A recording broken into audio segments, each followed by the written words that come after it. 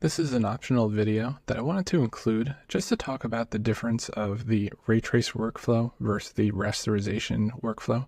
The restoration workflow is like the older effect stack workflow we had to use in Lumion. I just want to point it out because the effects you see in photo mode actually belong to that mode.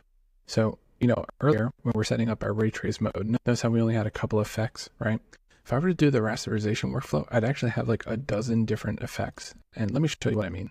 If I go here to add effect, these guys right here, reflection, hyperlight, skylight, they all belonged to the rasterization workflow, not the ray trace workflow. So if I were to add this, see how it's being blocked? That's because I have ray tracing enabled. So I'm just going to turn it off just so you can see what's going on.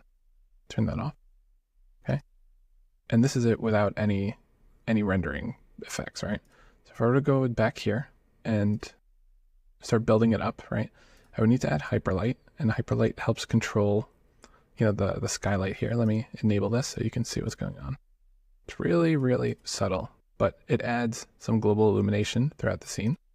Then you have reflection, and this, you literally have to tell it like which surfaces should be reflective, which is a little annoying, right? Because you have to tell it that things should be shiny, right? So speed ray is their way of a quick calculation for reflections.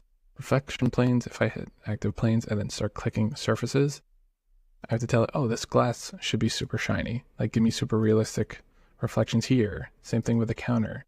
And it's just like, this was the old way of doing it, super slow. You had to select all these different planes, and sometimes you run out of planes, right?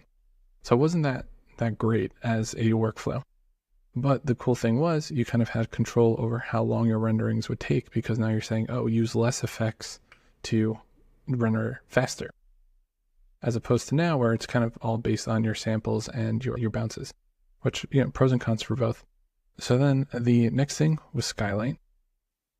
So this was controlling the quality of the light coming from the real sky and putting it here.